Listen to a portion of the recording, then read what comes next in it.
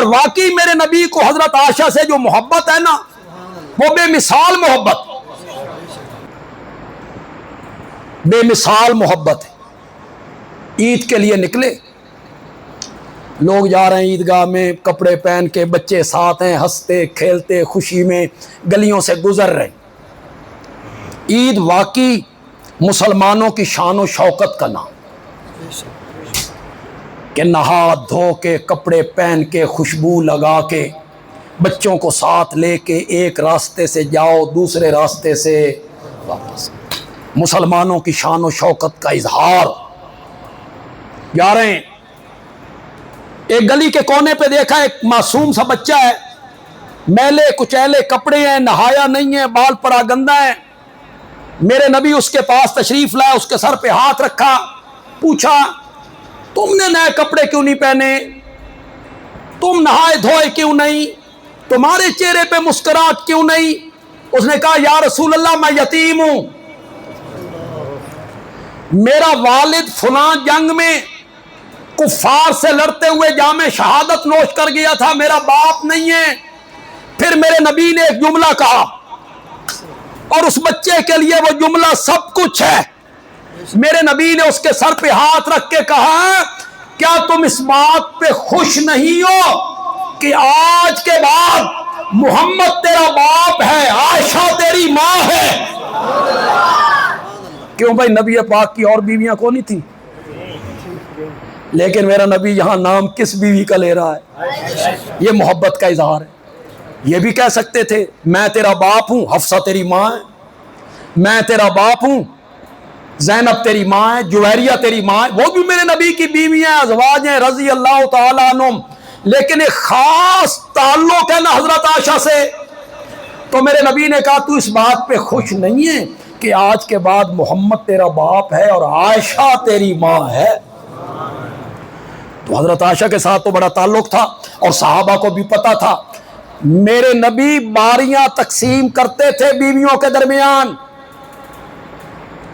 ایک رات ایک بیوی کے گھر، دوسری رات دوسری بیوی کے گھر، تیسری رات۔ اور دوئی شادیاں والے سن رہے ہو کہ کوئی نہیں سن رہے؟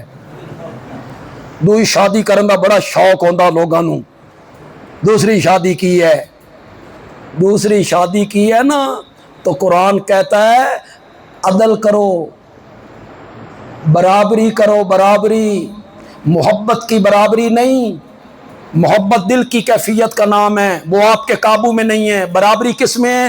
کپڑے ایک جیسے، کھانا ایک جیسا، دنوں کی تقسیم ہو، پھر کرو دوسری شادی، 3 کرو، 4 کرو، انصاف۔ اور مزے کی بات یہ ہے، شاید آپ نے آج سے پہلے نہ سنو، میرے نبی پہ عدل ضروری بھی نہیں تھا، رب نے قرآن میں معاف کر دیا تھا، جس بیوی کے ہاں جتنا رہنا چاہو، جس بیوی کو بستر سے ہٹا دو، جس کو قریب کر لو، آپ کو اجازت ہے۔ مزہ نہیں آیا میرے نبی کے عدل کا؟ اجازت ملنے کے باوجود میرا نبی پھر عدل کرتا ہے، حالانکہ اجازت تھی آپ جو مرضی کریں۔ میرے نبی جب حضرت عائشہ کے باری میں ہوتے نا تو صحابہ تحفے زیادہ بھیجتے تھے، صحابہ کو پتا تھا نا کہ نبی پاک کی محبت حضرت عائشہ سے زیادہ ہے تو تحفے زیادہ بھیجتے تھے۔